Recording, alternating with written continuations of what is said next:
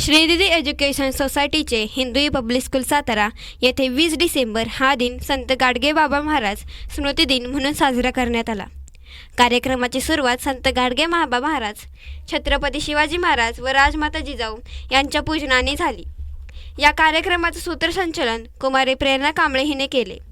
कार्यक्रमासाठी श्री यशेंद्र प्रभाकर क्षीरसागर हे उपस्थित होते, जे सातारा जिल्हा परिषद येथे स्टॅटिस्टिकल एक्सटेन्शन ऑफिसर म्हणून कार्यरत आहेत। त्यांचा सत्कार स्कूलच्या प्रिन्सिपल ज्योतिदींनी केला। कार्यक्रमामध्ये कुमार ध्रुव शेटे व कुमारी किशोरी भोसले यांनी गाडगेबाबा महाराज यांची माहिती आपल्या भाषणातून दिली, तर कुमारी श्रुती राऊत हिने गाडगेबाबा महाराजांची गोष्ट सांगितली। प्रमुख अतिथींनी स्टुडंट्सला मार्गदर्शन केले। त्यामध्ये त्यांनी सांगितले की सर्वांनी आपल्या आई-वडील, शिक्षक व वरिष्ठांचा आदर केला पाहिजे। माणुसकी हाच एक धर्म मानून एकमेकांना मदत केली पाहिजे। त्यांनी संत गाडगेबाबा महाराज यांचा लेख असणारे वर्तमानपत्र विद्यार्थ्यांना दिले।